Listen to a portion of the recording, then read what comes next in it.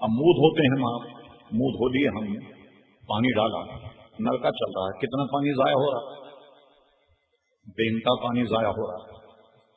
اچھا اب آئیے تبیان الوضو کی طرف رجوع کرتے ہیں، جو اعلیٰ حضرت کا رسالہ ہے کہ وضو کرنے میں اعلیٰ حضرت نے فرمایا کہاں کہاں غلطی ہوتی، یہ سنیے۔ اب ہم منہ دھوتے ہیں، تمام حضرات میری طرف دیکھیے، میں نے کہا نا کہ بہت سے مسائل پریکٹیکل ہیں جو پڑھانے سے نہیں آتے، وہ نوجوان جو درس نظامی پڑھ رہے ہیں بہت توجہ فرمائیں اور گھر جا کر کے لکھ لیجیے۔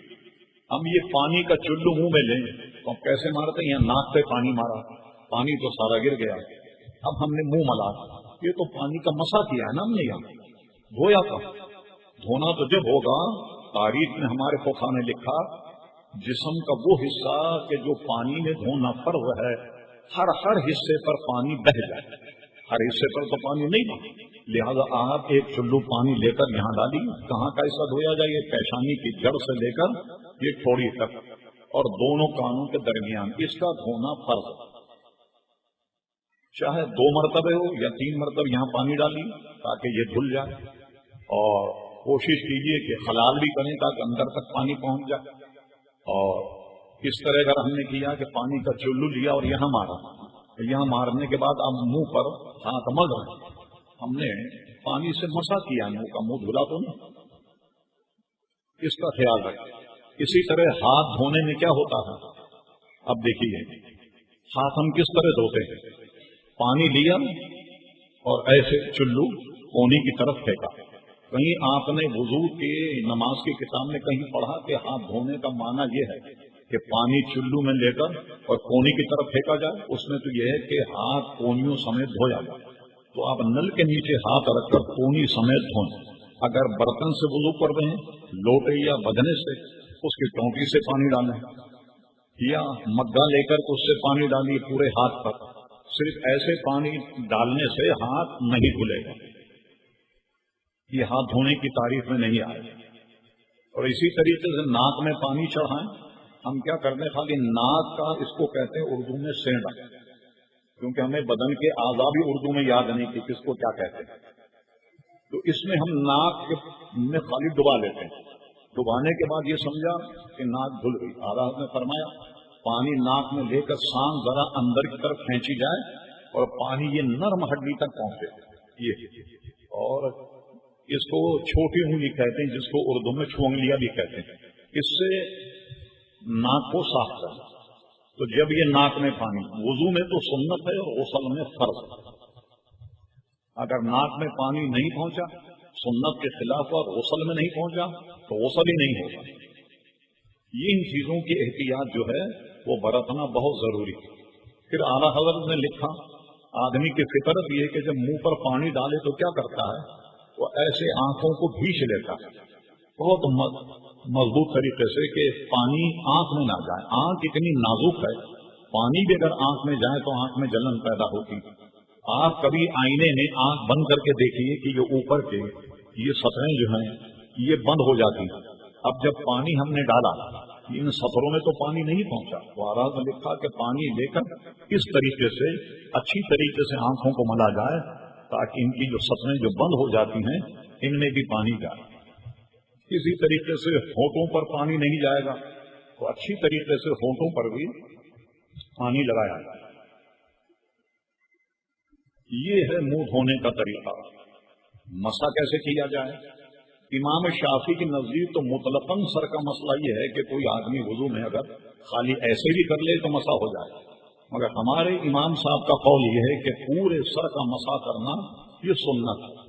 تو کیسے کریں گے؟